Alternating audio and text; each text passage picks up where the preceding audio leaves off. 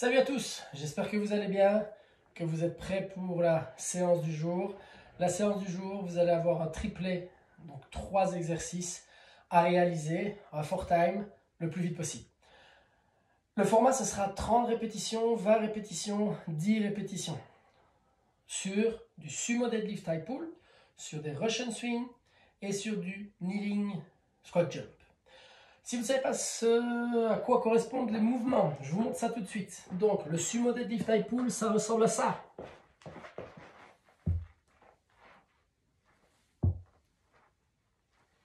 Je me mets de profil.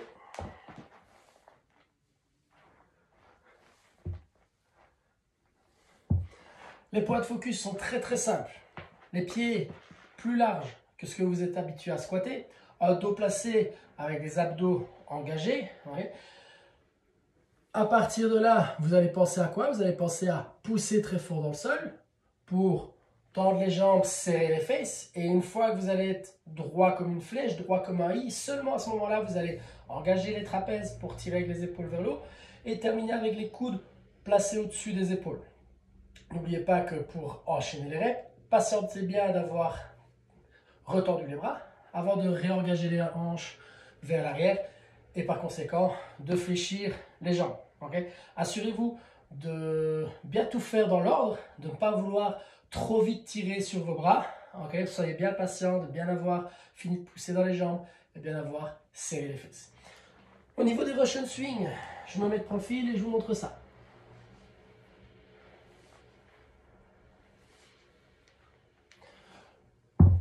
Pareil, c'est un mouvement de pivot dans les hanches, légère flexion de jambes pour pousser les fesses en arrière, okay, et non pas pousser les fesses vers le bas. Pensez que ce n'est pas un squat, okay, c'est plus un deadlift. Bien évidemment, votre écart de pied il sera réduit par rapport au sumo deadlift high pull, donc trouvez un écart de pied dans lequel vous êtes relativement confortable. Vos bras, ils sont là pour garnir, on va dire. Okay.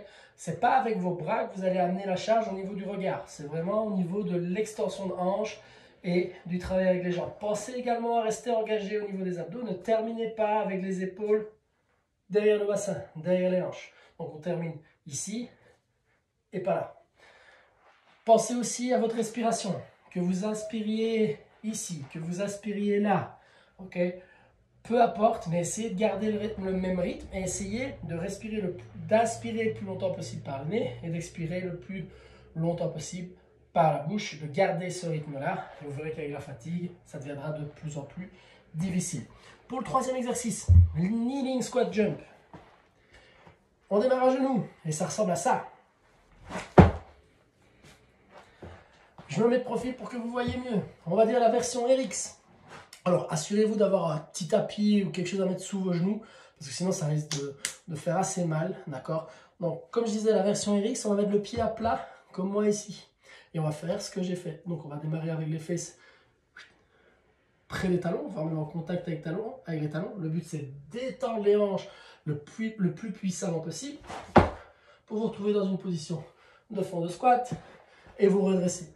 Si c'est très compliqué pour vous de faire ça, on va faire exactement la même chose, sauf qu'au lieu d'avoir les pieds à plat, on va mettre les pointes de pied dans le sol. Et de cette option-là, ça va vous permettre de tricher un petit peu, mais le focus sera toujours au niveau de l'extension de hanche, pour pouvoir faire exactement la même chose. Si vous avez peur de faire ça, okay, ou si vous n'êtes juste pas encore capable, il n'y a rien de grave, vous démarrez dans la même position, vous allez mettre un pied à plat au sol, l'autre pied, et vous sautez. Donc, je vous remontre.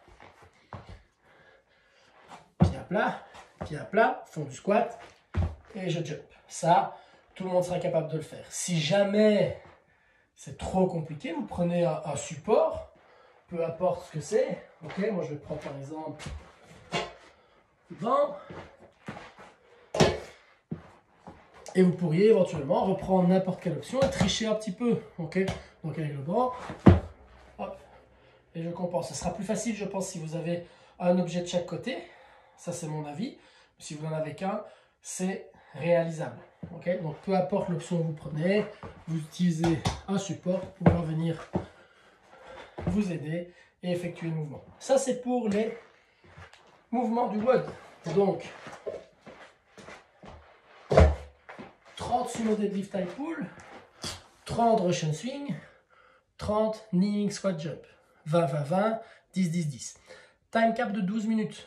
Bien évidemment, si vous n'êtes pas sur le Zoom, si vous n'êtes pas à la terrazza et que vous n'arrivez pas à le finir en 12 minutes, ne vous arrêtez pas à 12 minutes.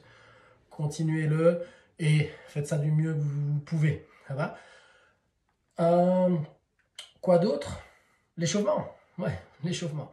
Alors, pour ceux qui ont un élastique, on démarrera le premier exercice avec l'élastique. Ceux qui ne l'ont pas, c'est pas grave si vous passez outre. C'est pas ça qui va changer quoi que ce soit. Le but, ça va être de activer un petit peu vos hanches. Ok, activer vos hanches, on va dire, et travailler essentiellement au niveau des fessiers. Vous allez marcher dans l'élastique. Vous mettez un minimum de tension. Ok, donc forcément, plus vous allez tirer, plus il va y en avoir. Vous allez pousser les hanches en arrière et fléchir les jambes. Je ne veux voir personne là. Je veux voir là. Et de là, vous allez faire 10 déplacements latéraux d'un côté et 10 déplacements latéraux de l'autre. Alors, vous voyez, quand je fais mes pas, l'objectif, c'est qu'il y ait une tension en permanence dans la bande. Ce n'est pas de faire des grands pas, juste de la tension et c'est bon. Donc, 10 déplacements, 10 déplacements. Une fois que vous aurez fait ça, en restant sur place ou en vous déplaçant, en gardant les abdos actifs, vous allez tout simplement lever les jambes 10 fois. Je me mets de profil, comme ça vous voyez bien que mes abdos sont engagés, que je ne me cambre pas ou que je n'envoie pas mes épaules derrière pour pouvoir effectuer le mouvement. Une fois que vous avez fait ça, on va faire la même chose, mais on va lancer les jambes en arrière.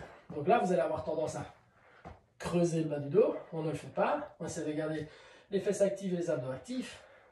Forcément, l'amplitude de mouvement va être moindre, mais on fait ce qu'on peut. Donc, 10 déplacements, 10 déplacements, 10 pas, 10 pas. Une fois que vous avez fait ça, vous allez au sol, hip thrust sur une seule jambe. Une jambe au sol, les épaules au sol, et on va tout simplement reculer le bassin et redescendre. Assurez-vous de garder le genou dans l'axe des orteils et de bien solliciter vos fesses. 10 à droite, 10 à gauche. Bird dog, le but ça va être de se grandir dans la longueur, donc mes hanches sont sous mes genoux, mes épaules au-dessus de mes mains. Je vais travailler en opposition avec mon bras et ma jambe et je vais me grandir dans la longueur en gardant la poitrine et les hanches face au sol. 10 répétitions et vous finissez par 10 air squat. Il y en a qui, après avoir fait un tour, se sentiront à l'aise à l'idée de démarrer le WOD. Il y en a qui auront peut-être besoin de 2 tours, mais 3, je ne pense pas que ça serve à grand chose. Par contre, ce que je peux vous conseiller de faire, c'est faites 2 tours maximum de ce warm-up là. Et puis, mettez-vous en place et testez un petit peu les options que vous pensez être capable de réaliser en fonction du matériel que vous avez à la maison ou en fonction de l'option que vous allez choisir sur les kneeling squat jump. Donc, testez un petit peu chaque mouvement, voire faites un petit circuit de 2 tours avec peut-être 5 répétitions de chaque exercice, voir un petit peu comment vous réagissez. Une petite pause et vous êtes parti sur le WOD. Bon WOD à tous. On se voit sur le live pour ceux qui seront sur le live. Courage à ceux qui seront sur la terrasse. Et à très bientôt. Ciao, ciao!